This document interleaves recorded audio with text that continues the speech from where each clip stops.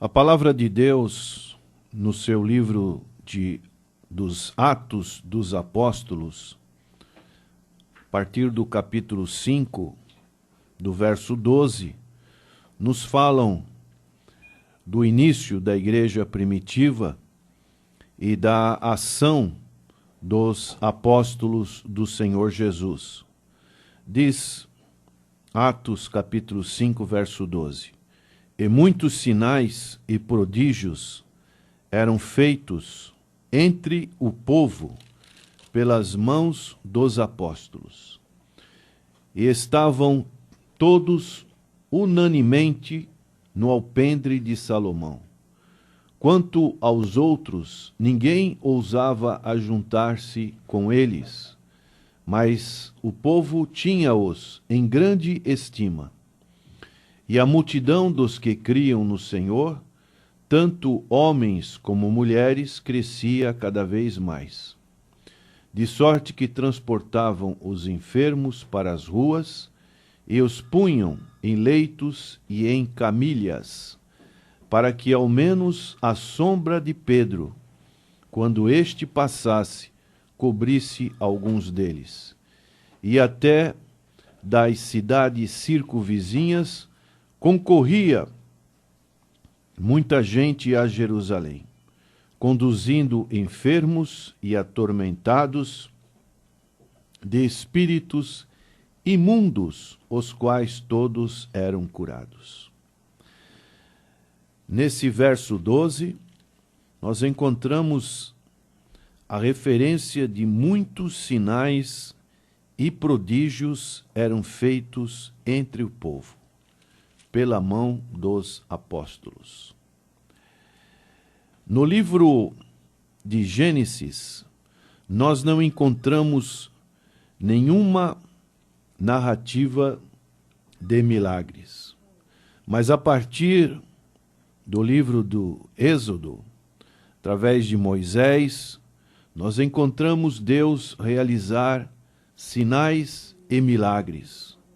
O mesmo nós encontramos através do profeta Elias, do profeta Eliseu e de outros profetas, e mais no Novo Testamento encontramos os milagres do Senhor Jesus Cristo, e agora nessa narrativa bíblica encontramos os sinais e milagres dos apóstolos. Quais seriam os propósitos desses milagres? Precisamos entender, em primeiro lugar, que deveria demonstrar a compaixão e suprir as necessidades humanas. Nós, seres humanos, devido à queda através do pecado, temos uma vida que precisa das misericórdias de Deus. Muitas desgraças acontecem na vida dos seres humanos. Então Deus demonstra a sua misericórdia, a sua compaixão, e também suprir as necessidades do nosso dia a dia, necessidades materiais, humanas, das quais necessitamos. Então esses milagres, eles mostravam a compaixão de Deus e o suprimento da parte de Deus.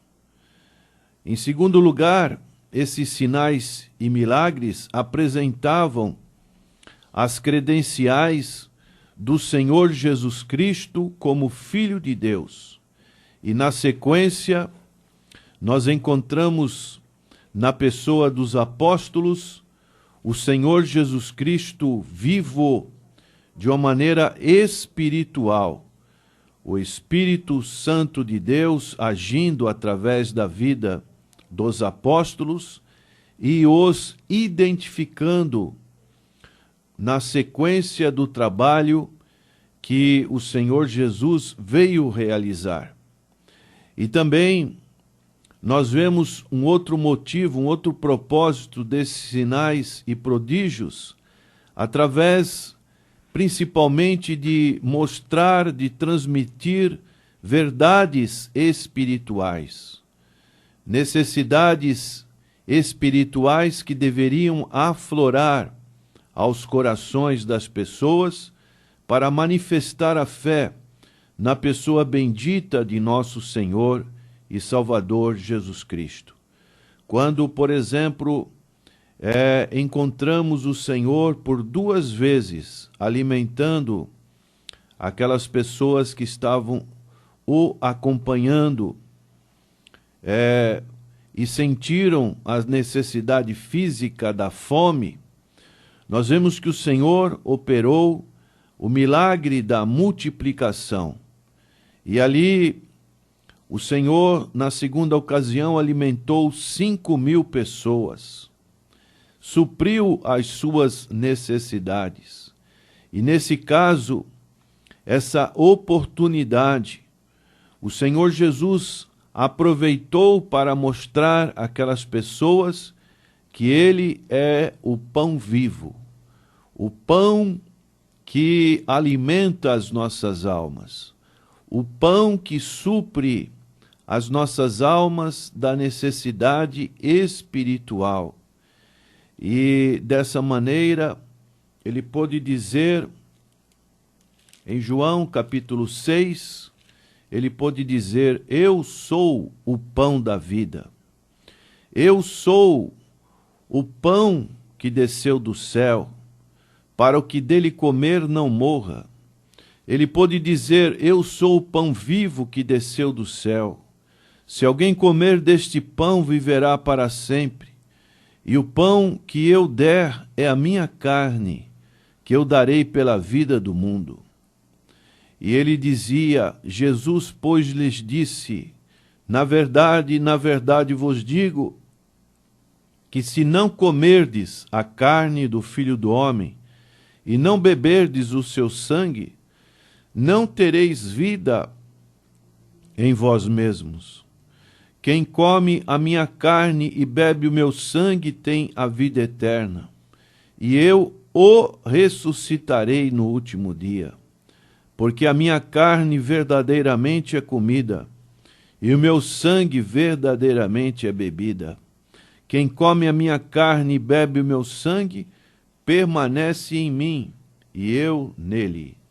Dessa maneira, os sinais e milagres apontados pelo Senhor Jesus, e agora também por Pedro e João, como por exemplo na cura do coxo, conforme narrativa de Atos capítulo 3, Pedro aproveitou aquele momento para dizer ao povo e também ao concílio judaico que era necessário, assim como houve aquele milagre daquele coxo andar, também através da salvação em Cristo Jesus, nós poderíamos deixarmos de ser coxos, mancos espiritualmente falando, e estarmos andando no caminho do Senhor Jesus, como ele disse em João 14, verso 6.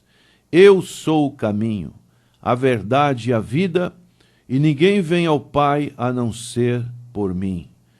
E dessa maneira, Pedro e João e os demais apóstolos estavam se identificando como servos do Senhor Jesus Cristo vivo.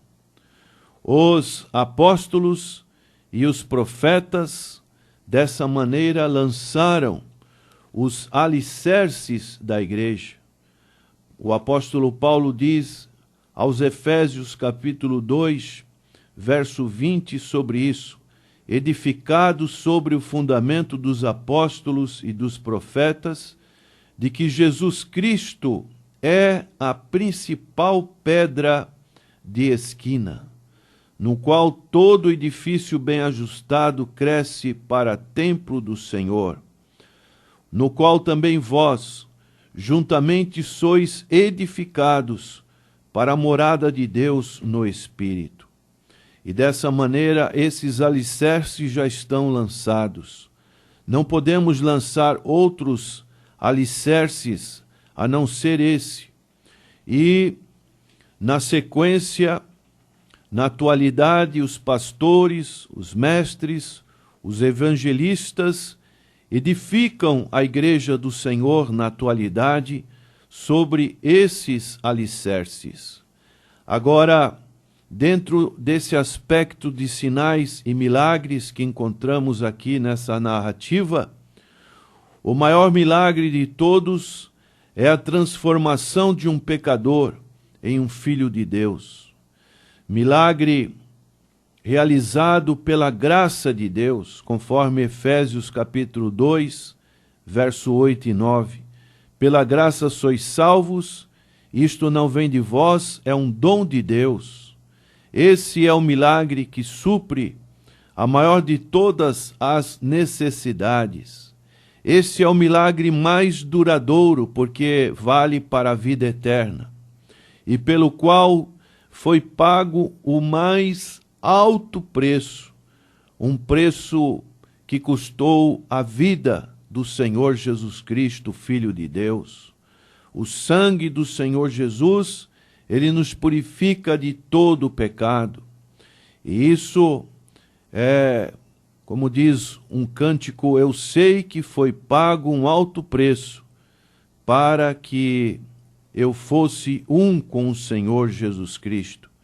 Esse é o milagre do qual todos nós podemos participar ao compartilhar a mensagem do Evangelho.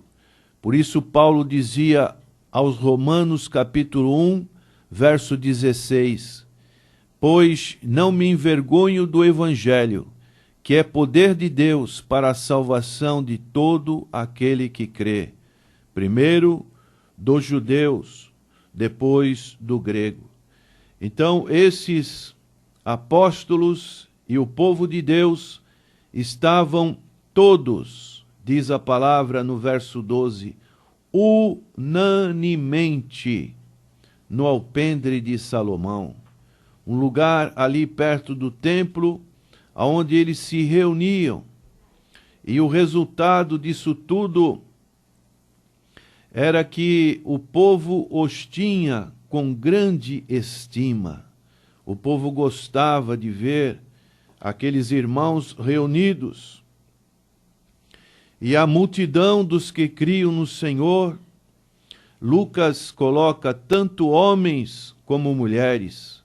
Lucas faz a referência não somente no livro de Atos, mas também no livro do seu próprio Evangelho de Lucas. Lucas faz muita a menção das mulheres, que crescia cada vez mais. E nós podemos ver um paralelo que está em Gálatas, capítulo 3, do verso 26 em diante, diz, porque todos sois filhos de Deus pela fé em Cristo Jesus, porque todos quantos fostes batizados em Cristo já vos revestistes de Cristo. Nisto não há judeu nem grego, não há servo nem livre, não há macho nem fêmea, porque todos vós sois um em Cristo Jesus. Então Lucas dava muita ênfase para o fato das mulheres estarem ali com os apóstolos. E nós vemos que os enfermos eram curados. Até a sombra de Pedro, quando passasse, realizava este milagre. E o resultado era que até das cidades circunvizinhas concorria muita gente a Jerusalém, conduzindo enfermos e atormentados de espíritos imundos, os quais eram curados. Então, louvado seja o nome do Senhor por esses fatos ocorridos no início da Igreja Apostólica. E que Deus nos dê a graça para que também isso seja realizado em nossos dias. A palavra de Deus nos diz em João, no capítulo 14, a partir do verso 12, diz assim: na verdade vos digo, que aquele que crê em mim, também fará as obras que eu faço, e as fará maiores do que estas, porque eu vou para meu Pai. E tudo quanto pedirdes em meu nome, eu o farei, para que o Pai seja glorificado no Filho. Se pedirdes alguma coisa em meu nome, eu o farei. O que podemos pedir neste dia? Qual deve ser a nossa oração? E com certeza o Evangelho, ele produz a transformação de almas. Esse é o nosso objetivo. Que possamos pedir ao Senhor e Ele possa realizar essa mudança, essa transformação no interior das vidas. Que essa seja a nossa oração.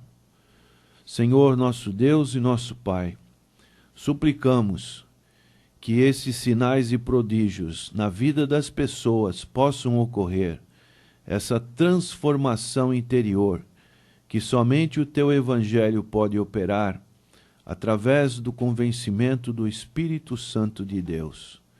Oramos em nome de Jesus. Amém.